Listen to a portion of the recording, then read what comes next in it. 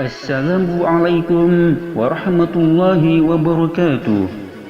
Kita sebagai kaum muslimin yang beriman kepada Allah Subhanahu wa taala dan kepada rasulnya Nabi Muhammad sallallahu alaihi wasallam perlulah mengetahui akan nasab dan sejarah Nabi Muhammad sallallahu alaihi wasallam agar kecintaan kita kepada beliau semakin bertambah. Perlu diketahui bahwasanya beliau Nabi Muhammad sallallahu alaihi wasallam dilahirkan di kota Mekah dan dimakamkan di kota Madinah. Beliau Nabi Muhammad sallallahu alaihi wasallam merupakan nabi dan rasul terakhir.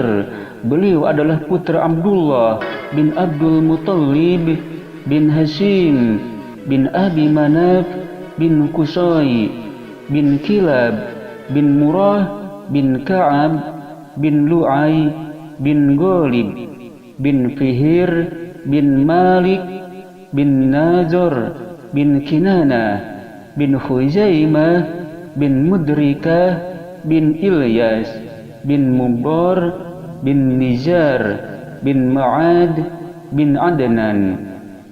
Itulah merupakan nasab Nabi Muhammad sallallahu alaihi wasallam dari ayahnya, yang mana dari Adnan ini sampai Nabi Adam alaihi salam tidak ada jalan sahih untuk mengetahui jalur nasabnya. Adapun nasab dari ibunya, beliau Nabi Muhammad sallallahu alaihi wasallam adalah putra Siti Aminah binti Wahab bin Abdi Manaf bin Zuhrah bin Kilab. Pada Kilab inilah nasab dari ayah dan ibu Nabi Muhammad sallallahu alaihi wasallam bertemu. Sedangkan putra-putri beliau ada 7 orang.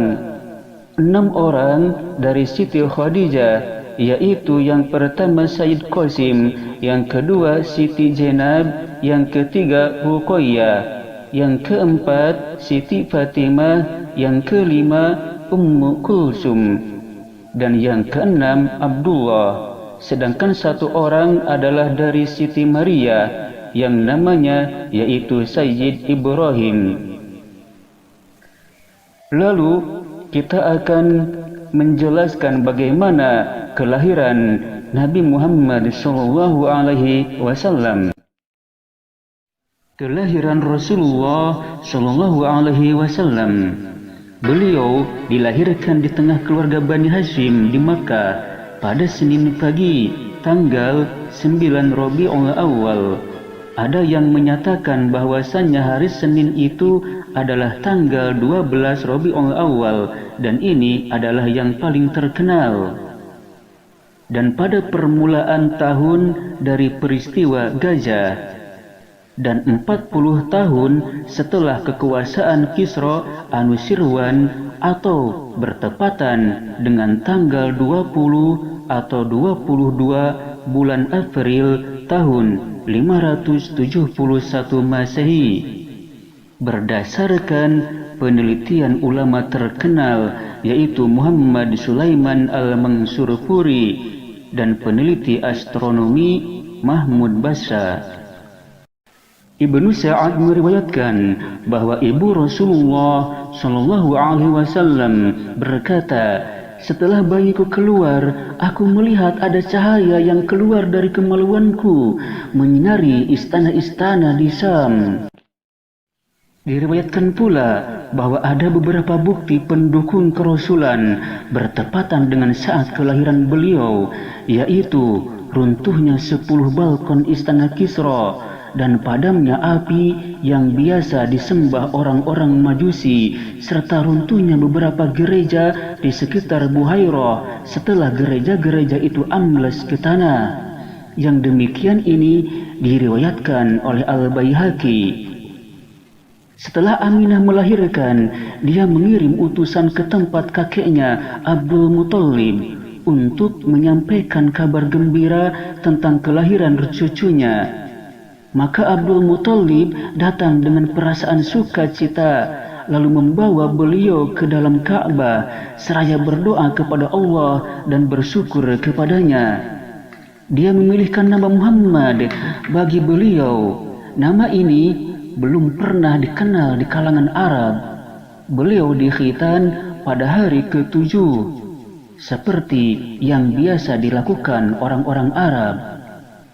Wanita pertama yang menyusui beliau setelah ibundanya adalah Suwaibah, hamba sahaya Abu Lahab yang kebetulan sedang menyusui anaknya yang bernama Masruh. Yang sebelum itu, wanita ini juga menyusui Hamzah bin Abdul Muthalib. Setelah itu, dia menyusui Abu Salamah bin Abdul Asad al-Makhzumi. Masa kehidupan Rasulullah di masa kanak-kanaknya di tengah Bani Sa'ad sampai meninggal ibu tercintanya Siti Aminah. Tradisi yang berjalan di kalangan bangsa Arab yang relatif sudah maju, mereka mencari wanita-wanita yang bisa menyusui anak-anaknya sebagai langkah untuk menjauhkan anak-anaknya itu dari penyakit yang biasa menjalar di daerah yang sudah maju, agar tubuh bayi menjadi kuat, otot-ototnya kekar, dan agar keluarga yang menyusui bisa melatih bahasa Arab. Maka Abdul Muthalib mencari para wanita yang bisa menyusui bagi beliau. Dia meminta kepada seorang wanita dari Bani As'ad bin Bakar agar menyusui beliau, yaitu Halimah bin Abu Zu'aib yang dikenal Halimah As-Sa'diyah. Dengan didampingi suaminya Al-Harith bin Abdul Uzza yang berjuluk Abu Kabsah dari kabilah yang sama. Saudara-saudara Nabi Muhammad Sallallahu Alaihi Wasallam dari satu susuan di sana adalah Abdullah bin Al-Harith, Anisah binti Al-Harith, Hudzafah atau Juizamah binti Al-Harith, yang julukannya justru lebih populer daripada namanya sendiri, yaitu As-Saimah. Wanita inilah yang menyusui beliau. Abu Sufyan bin Al-Harith bin Abdul Muthalib, anak paman beliau. Paman beliau, Hamzah bin Abdul Muthalib, juga disusui di Bani Sa'ad bin Bakar. Suatu hari, ibu susuan Rasulullah SAW ini juga pernah menyusui Hamzah selagi beliau masih dalam susuhannya. Jadi, Hamzah adalah saudara sesusuan Rasulullah SAW dari dua pihak, yaitu dari Suwaibah dan dari Halimah As-Sa'diyah. Halimah bisa merasakan barokah yang dibawa beliau, sehingga bisa mengundang decak kekaguman. Inilah penuturannya, sebagaimana yang dikatakan Ibnu Ishaq, bahwa Halimah pernah berkisah, suatu kali dia pergi dari negerinya bersama suami dan anaknya yang masih kecil dan disusuinya bersama beberapa wanita dari Bani Sa'ad. Tujuan mereka adalah mencari anak yang bisa disusui. Dia berkata, itu terjadi pada masa paceklik. Tak banyak kekayaan kami yang tersisa. Aku pergi sambil naik keledai betina berwarna putih milik kami dan seekor onta yang sudah tua dan tidak bisa diambil air susunya lagi walau setetes pun. Sepanjang malam kami tidak pernah tidur karena harus meninak bobokan bayi kami yang terus-menerus menangis karena kelaparan. Air susuku juga tidak bisa diharapkan. Sekalipun kami masih tetap mengharapkan adanya uluran tangan dan jalan keluar. Aku pun pergi sambil menunggang keledai betina milik kami dan hampir tak pernah turun dari punggungnya, sehingga keledai itu pun semakin lemah kondisinya. Akhirnya kami serombongan tiba di Mekah dan kami langsung mencari bayi yang bisa kami susui. Setiap wanita dari rombongan kami yang ditawari Rasulullah SAW pasti menolaknya setelah tahu bahwa beliau adalah anak yatim. Hal itu tidak mengherankan, sebab memang kami mengharapkan imbalan yang cukup memadai dari bapak bayi yang hendak kami susui. Kami semua berkata, dia adalah anak yatim. Tidak ada pilihan bagi ibu dan kakek beliau, karena kami tidak menyukai keadaan seperti itu. Maksudnya, bagaimana kami bisa menyusui seorang anak yatim, sedangkan kami mengharapkan imbalan yang cukup dari bapaknya, sedangkan beliau tidak punya bapa. Setiap wanita dari rombongan kami sudah mendapatkan bayi yang disusuinya, kecuali aku sendiri. Tatkala kami sudah siap-siap untuk kembali, aku berkata kepada suamiku, "Demi Allah, aku tidak ingin kembali bersama teman-temanku tanpa membawa seorang bayi yang kususui. Demi Allah, aku benar-benar akan mendatangi anak yatim itu dan membawanya." Suaminya berkata, "Memang ada baiknya jika engkau melakukan hal itu. Semoga saja Allah mendatangkan barokah bagi kita pada diri anak itu." Lalu Halimah melanjutkan penuturannya, "Maka aku pun menemui bayi itu, dan aku siap membawanya. Tatkala menggendongnya, seakan-akan aku tidak merasa repot karena mendapat beban yang lain.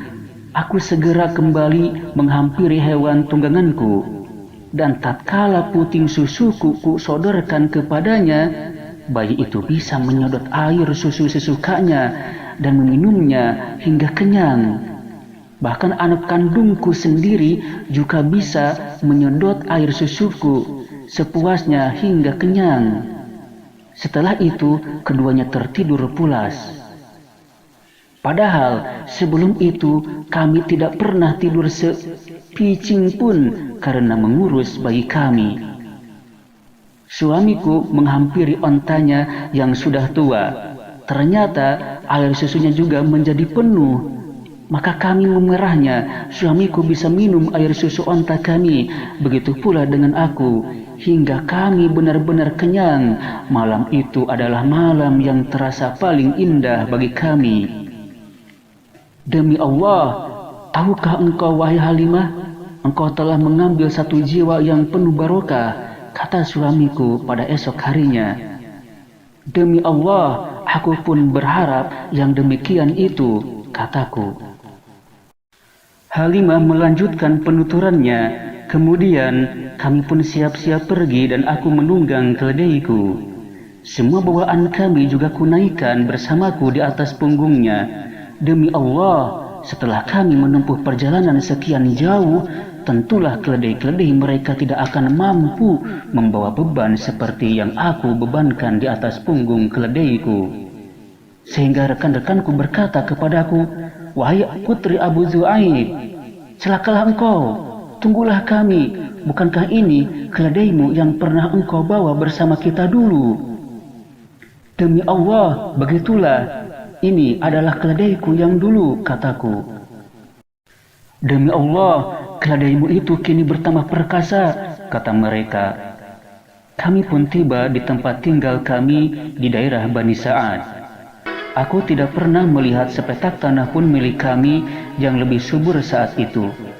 Domba-domba kami datang menyongsong kedatangan kami dalam keadaan kenyang dan air susunya juga penuh berisi, sehingga kami bisa memerahnya dan meminumnya. Sementara setiap orang yang memerah air susu hewannya sama sekali tidak mengeluarkan air susu walau setetes pun, dan kelenjar susunya juga kempes. Sehingga mereka berkata garang kepada para penggembalanya, "Celakalah kalian, lepaskanlah hewan gembalaan kalian seperti yang dilakukan gembalanya putri Abu Zu'aib." Namun domba-domba mereka pulang ke rumah tetap dalam keadaan lapar dan tak setetes pun mengeluarkan air susu. Sementara domba-dombaku pulang dalam keadaan kenyang dan kelenjar susunya penuh berisi. Kami senantiasa mendapatkan tambahan barokah dan kebaikan dari Allah selama 2 tahun menyusui anak susuan kami. Lalu kami menyapihnya, dia tumbuh dengan baik, tidak seperti bayi-bayi yang lain. Bahkan sebelum usia 2 tahun pun dia sudah tumbuh pesat. Kemudian kami membawanya kepada ibunya.